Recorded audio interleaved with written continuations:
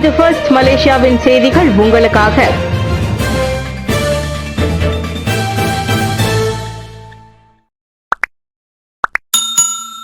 MH370 விமான பயணிகளுக்கு ஒவ்வொருவருக்கும் 1.68 மில்லியன் ரிங்கிட் இழப்பீடு.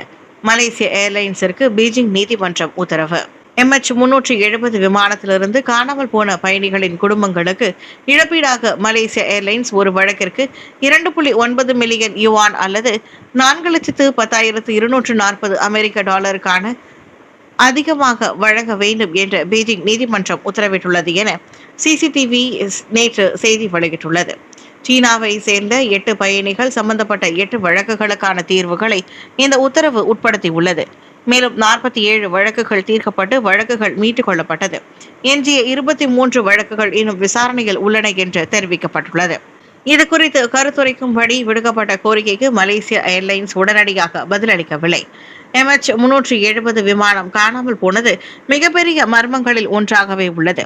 2014ஆம் ஆண்டு மார்ச் 8ஆம் தேதி அன்று கோலாலம்பூரிலிருந்து பீஜிங்கிற்கு செல்லும் வழியில் 239 பேருடன் MH370 விமானம் காணாமல் போனது. அரசாங்க மாடு வளர்ப்பு திட்ட ஊழல் வழக்கில் படங் செராய் நாடாளுமன்ற உறுப்பினர் மீது குற்றச்சாட்டு. கடந்த 5 ஆண்டுகளுக்கு முன்னர் கெடா மாநில அரசாங்க மாடு வளர்ப்பு திட்டத்தில் 4 லட்சம் ரிங்கிட் ஊழல் வழக்கு தொடர்பில் இருந்ததாக குற்றம் சாட்டப்பட்ட படங் செராய் நாடாளுமன்ற உறுப்பினர் டத்தோ அஸ்மான் நஸ்ருடின் நேற்று ஷா அலாம் நீதிமன்றத்தில் அதை மறுத்து விசாரணை கோரினார். நீதிபதி டத்தோ முகமது நசீர் நோர்டின் முன்னிலையில் தம்மீதான குற்றச்சாட்டு வாசிக்கப்பட்ட போது அவர் அப்போது வாக்குமூலம் அளித்தார். வர்த்தகரான அமார் அகமது அபுபக்கர் உடன் இணைந்து டத்து அஸ்மான் 4 லட்சம் ரிங்கிட்டை கையூட்டாக பெற்றதாக அவர் மீது குற்றம் சுமத்தப்பட்டுள்ளது.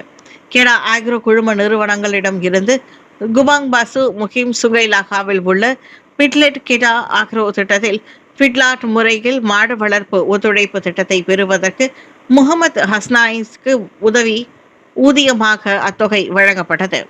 2020ஆம் ஆண்டு ஜூன் 23ஆம் தேதி மாலை மணி 5 அளவில் பண்டார்பாரு பாங்கி செக்ஷன் 9 அங்சா எமாஸ் பியோட் நிறுவனத்தின் அலுவலகத்தில் அஸ்மான் இக்குற்றத்தை புரிந்ததாக பதிவு செய்யப்பட்டது. KLIA விமான நிலையத்தில் இந்திய கடப்புதல் வைத்திருந்த மலேசிய ஆடவர் கைது. KLIA அனைத்துலக விமான நிலையம் மற்றும் கோலாலம்பூர் ஜாலான் கோச்சிங்கில் டிசம்பர் 7ஆம் தேதி குடிநுழைவுத்துறை மேற்கொண்ட சிறப்பு நடவடிக்கையில் உள்நாட்டு ஆடவர் ஒருவரையும் இந்திய பெண் ஒருவரையும் தடுத்து வைத்துள்ளது. KLIAவிலிருந்து வெளியேறும் முகப்பிட சோதனை மையத்தில் வெளியேறிய போது அந்த ஆடவர் கைது செய்யப்பட்டதாக குடிநுழைவுத்துறையின் தலைமை இயக்குநர் டாக்டர் ஷகாரியா ஷாபான் தெரிவித்தார்.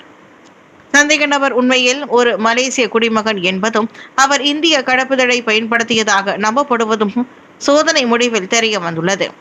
கடப்புதல் விவரங்கள் பக்கத்தில் தனது அடையாளத்தை போலியாக உருவாக்கியதாகவோ அல்லது வேறொரு நபருக்கு சொந்தமான கடப்புதலை பயன்படுத்தியதாகவோ சந்தேகிக்கப்படுகிறது என்று ஷகாரியா ஷாபான் வெளியிட்ட அறிக்கையில் குறிப்பிட்டார். அந்த நபர் கைது செய்யப்பட்டதன் மூலம் ஜாலான் கோச்சிங்கில் உள்ள ஒரு வீட்டில் நாட்டில் அதிக காலம் தங்கியதாக சந்தேகிக்கப்படும் இந்திய பெண்ணை கைது செய்ய வழிவகுத்ததாக அவர் சொன்னார். சோதனையின் போது அந்த சந்தேக நபரின் ஆடவரின் மை கார்டுடன் தப்பியோட முயன்ற போதிலும் அருகே இருந்த குடிநுழைவு அதிகாரிகள் அப்பெண்ணை வெற்றிகரமாக தடுத்து நிறுத்தினர்.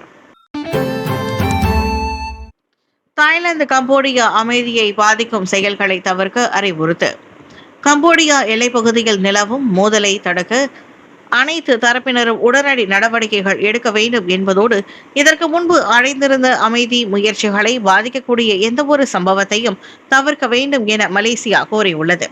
இரு நாடுகளின் எல்லை பகுதிகளில் ஏற்பட்டுள்ள அண்மைய முன்னேற்றங்களை தீவிரமாக எடுத்துக்கொள்வதுடன் வட்டார அமைதி, நிலைத்தன்மை மற்றும் நலன்கள் ஆகியவை மலேசியாவின் முன்னுரிமைகளாக கருதப்படுவதாக வெளியுறவு அமைச்சர் டத்தோ ஸ்ரீ முகமது ஹசான் கூறினார். கடந்த ஜூலை 28ஆம் தேதி இரு நாடுகளுக்கும் இடையிலான போர் நிறுத்த ஒப்பந்தம் அங்கீகரிக்கப்பட்டு ஆகஸ்ட் 7ஆம் தேதி பொது எல்லை குழு கூட்டம் நடத்தப்பட்டு பின்னர் அக்டோபர் 26ஆம் தேதி போர் நிறுத்த அமைதி ஒப்பந்தத்தில் கையெழுத்திடும் அங்கம் மலேசியாவில் நடைபெற்றதாக டத்தோ ஸ்ரீ முகமது ஹசான் தெரிவித்தார். வட்டார அமைதி மற்றும் முந்தைய உறுதிமொழிகளை கடைபிடிக்கும் நோக்கில் ஜூலை 28ஆம் தேதி போர் நிறுத்த ஒப்பந்த கூறுகளை கருத்தில் கொண்டு அதற்கு இணங்குமாறு மலேசியா அனைத்து தரப்பினரையும் கேட்டுக்கொள்வதாக அவர் குறிப்பிட்டார். ஒவ்வொரு ஒவ்வொரு செலவினமும் மக்களுக்கு பலனாக இருப்பதை உறுதி செய்வதே பிரதமரின் நோக்கம். ஒவ்வொரு அமைச்சும் திட்டமிடலை வலுப்படுத்துவதோடு கட்டமைக்கப்பட்ட திட்ட செயலாக்கத்தை உறுதி செய்ய வேண்டும் என்று பிரதமர் டாக்டர் ஸ்ரீ அன்வார் இப்ராஹிம் கூறியிருக்கும் அறிவுறுத்தலுக்கும் பரிந்துரையும் அரசாங்க நிர்வாகத்தின் செயல்திறனை வலுப்படுத்துவதில் ஒரு நேர்மறையான உந்துதலாக கருதப்படுகின்றது.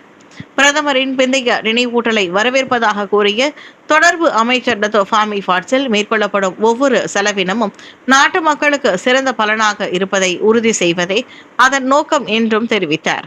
சாலைகள், பாலங்கள், இணைய சேவைகள் போன்ற உள்கட்டமைப்பு உட்பட ஒவ்வொரு திட்டமும் KPI இலக்குகளை அடைவது மட்டுமின்றி உள்நாட்டு மக்கள் மீதான அதன் தாக்கத்தின் அடிப்படையிலும் மதிப்பீடு செய்ய வேண்டும் என்றும் டாக்டர் ஃபாமி ஃபாட்சில் கேட்டுக்கொண்டார்.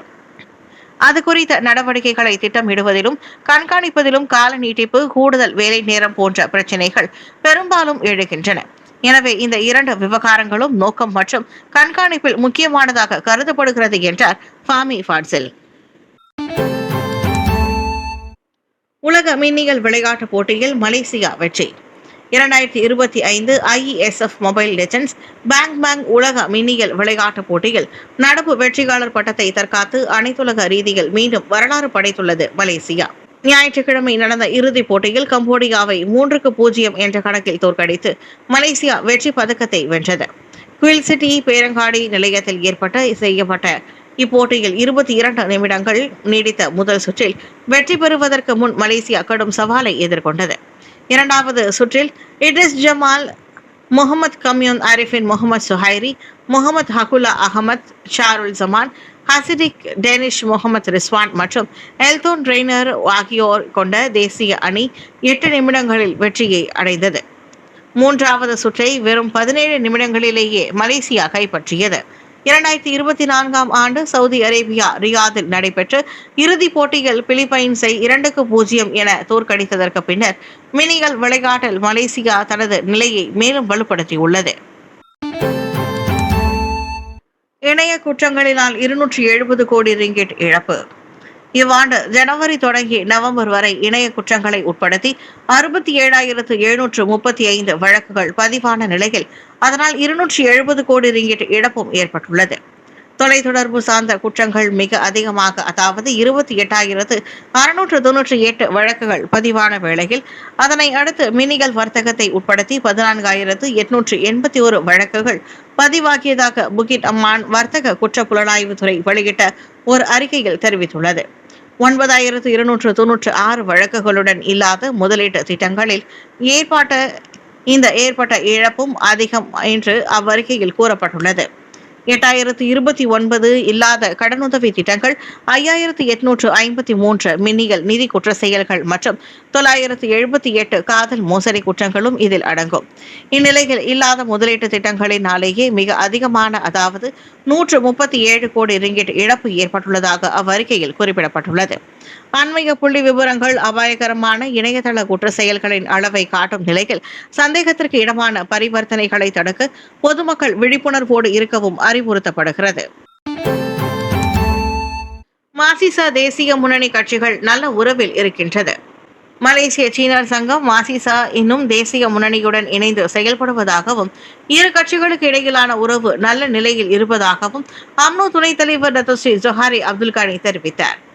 ஒவ்வொரு கட்சிக்கும் தனித்தனி செயல் திட்டங்கள் இருப்பதாகவும் எவ்வித முடிவும் அந்த கட்சிகளின் பரிசீலனைகளை பொறுத்ததாகும் என்றும் தோட்டம் மற்றும் மூலப்பொருள் அமைச்சருமான அவர் விவரித்தார். எனவே இதுவரை MCA என்னும் தேசிய முன்னணியுடன் இருப்பதை நான் பார்க்கிறேன். MCA-உடன் எங்களுக்கு நல்ல உறவு இருக்கிறது. நாம் அனைவரும் உண்மையை ஏற்றுக்கொள்ள வேண்டும். இன்றைய உலகின் பெரும்பாலான நாடுகளில் அரசியலை பொறுத்தவரை அவர் ஒரு முழுமையான கட்சியை விரும்புகிறார். அது சாத்தியமற்றது. எனவே நான் என்ன செய்ய வேண்டும்? நாம் சரி செய்ய வேண்டும். ஆனால் MCA-உடன் எங்களைப் போல எங்களுக்குள் மிக நெருக்கமான உறவு இருக்கிறது. 50 ஆண்டுகளுக்கு மேலாக. எனவே நிச்சயமாக நாம் ஏற்கனவே எங்களுடன் பழகிய ஒருவருடன் பழகி விடுவோம் என்றார் டாக்டர் ஸ்ரீ ஜொஹாரி அப்துல் கானி.